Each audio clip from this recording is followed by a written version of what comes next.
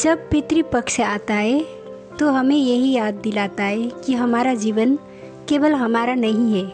हमारे हर कदम में, हमारे हर संस्कार में हमारे पूर्वजों की मेहनत और आशीर्वाद समाया हुआ है। इसलिए पितृपक्ष केवल एक धार्मिक अनुष्ठान नहीं, बल्कि ये हमारी पहचान और विरासत से जुड़ा हुआ महोत्सव है। धार्मिक ग्रंथों में पितृपक्ष को बहुत महत्व दिया गया है। महाभारत में भी पितरों की पूजा और तर्पण से देवता संतुष्ट होने की बात कही गई है। गरुड़ पुराण में स्पष्ट लिखा है कि जो व्यक्ति पितरों को तर्पण करता है उसका वंश सुख और समृद्धि को प्राप्त करता है। श्राद्ध का अर्थ केवल पिंडदान नहीं, बल्कि श्रद्धा से पूर्वजों को याद करना है। मान्यता है कि इन 16 दिनों में पितर धरती पर आते हैं।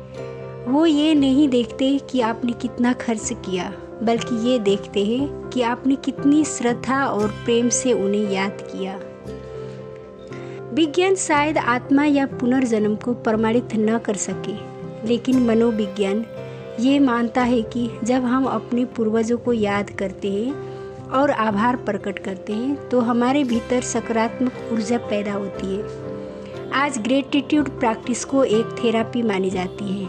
जब इंसान धन्यवाद कहना सीख जाता है तो उसका तनाव कम होता है, रिश्ते मजबूत होते हैं और जीवन संतुलित बनता है। यानी पितृपक्ष का संदेश आधुनिक विज्ञान की भाषा में भी बिल्कुल सही बैठता है। कहते हैं एक गांव में एक व्यक्ति हर साल अपने पिता की श्राद्ध करता था। एक दिन उसका छोटा बेटा पूछ बैठा, पापा, जब दादाजी अब इस दुनिया में नहीं है तो आप ये सब क्यों करते हैं? पिता ने मुस्कुराकर जवाब दिया, बेटा, आज मैं अपने पिताजी को याद कर रहा हूँ ताकि कल तुम मुझे याद रख सको।